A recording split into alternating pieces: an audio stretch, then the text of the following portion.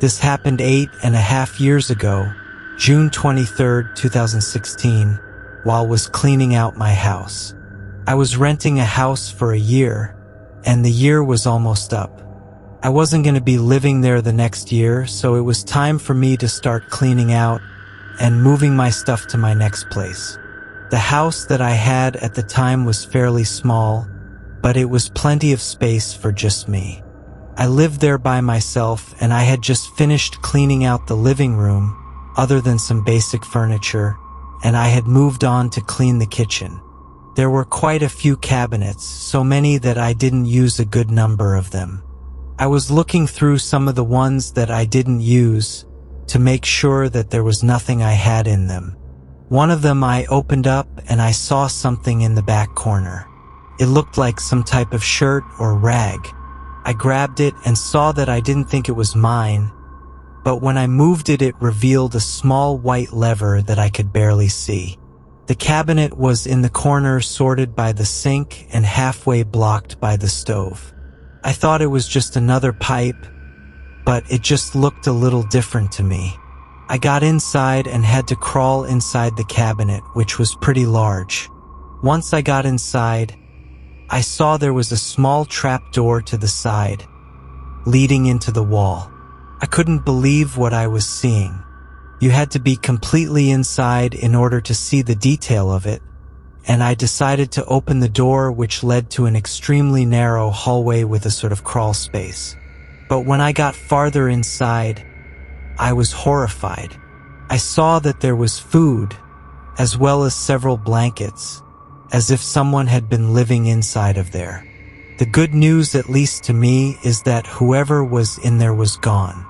I tried to make sense of it and figure out how long the person had been there and how I didn't know about it. I was gone from the house a lot with work and other stuff, but I didn't know how it was possible for someone to live in there without me knowing.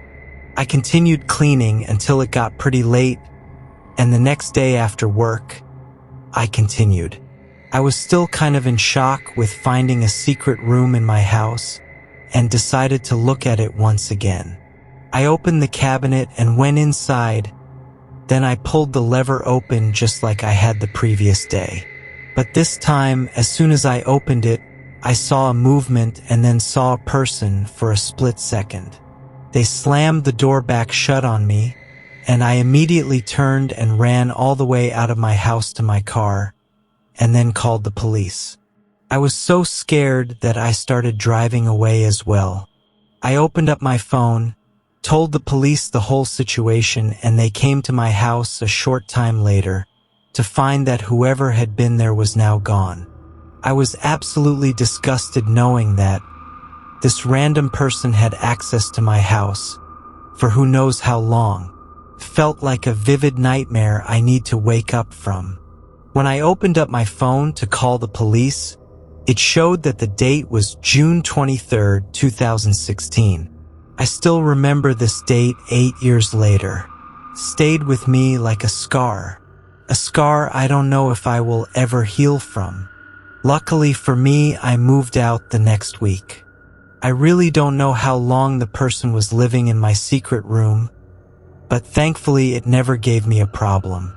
As someone who has already experienced things like home invasion, I would always suggest that you lock your doors, because you can never know what people can do when they are in your house. I was 10 years old when this happened, currently 20 years old, visiting my dad and stepmom over the summer in Canada. My dad worked long days during the week, so on her day off he had planned for my stepmom to take my sister, 8 at the time, and I out for a day to get some bonding time in with us, as we didn't know her super well yet. She took us to get our nails done, to the mall, and on the way home we stopped at a McDonald's.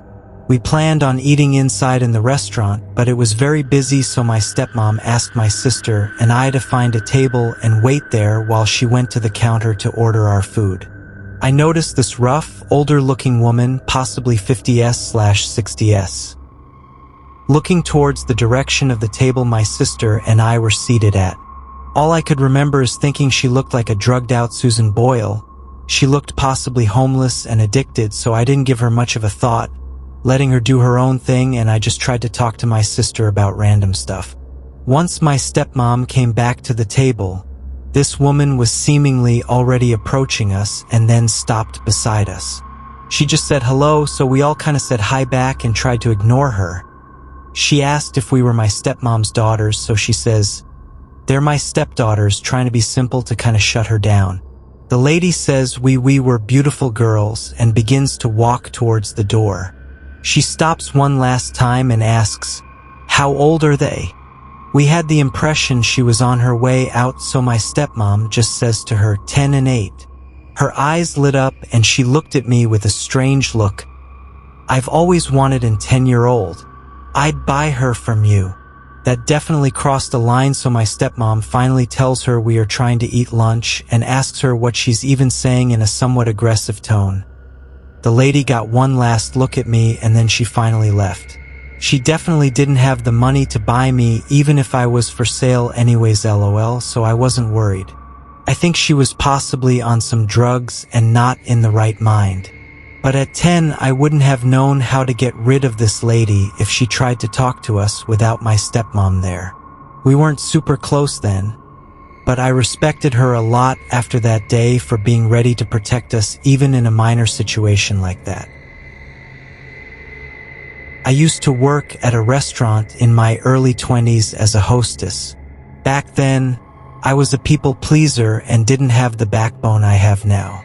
During my shift, there was a man in the bar area, which can be seen from my stand, who eventually approached me. He was in his 50s, probably 6 feet 3 inches, muscular/large build, dark hair, and he dressed well. When he approached, it started out as small talk. I can't remember the beginning of the conversation, but then he started asking me if I had considered a different job and said I should come work for him, but wouldn't tell me what he does. He started asking me for my phone number. I didn't feel comfortable giving this stranger my personal information, so I told him he could call the restaurant and ask for me. I'm there a lot. He didn't like that answer. He continued asking and I gave him the same answer. Finally, I told him I'd give him my email. I gave him a fake email address on a piece of paper, obviously. I made it look real, but I wasn't interested in continuing the conversation because he was being very pushy, so I excused myself to the back. I remained friendly and smiled during the entire exchange, because that was my job. After avoiding him for a while, I saw him going back and forth from the bathroom, eyes darting around the restaurant, head turning around every which way. He was clearly looking for me, and I was actively avoiding him. I started to get scared, thinking maybe he was trying to kidnap or traffic me or something, which didn't feel like a stretch because of the way our exchange went. I decided to tell my manager he was making me uncomfortable and told them what happened. However, I forgot to mention I gave him a fake email address. My manager approached him and asked him to leave because he was making staff uncomfortable. This man argued with my manager in front of the entire restaurant. He was saying he just wanted to have a conversation and that was it. He was refusing to leave. I was standing there during the entire argument and he pulls out the email address and says, "If I'm making her uncomfortable, why did she give me her email address?" and shoved it into our faces. Instead of explaining to him and my manager that it was fake, I froze. I was angry and in complete disbelief of the situation. He eventually left. My manager hated me after that. I left not long after, and to this day that manager still doesn't know the email was fake. I don't know why I never told her. I don't know why I froze. I don't know what that man wanted. I've thought about it a lot since then, and it was almost a decade ago. I'm glad I didn't give him anything he wanted, but I wish I could tell my younger self to stick to her guns and don't take shit from anyone, especially a man who is using intimidation tactics to try and get what he wants. Whatever that was.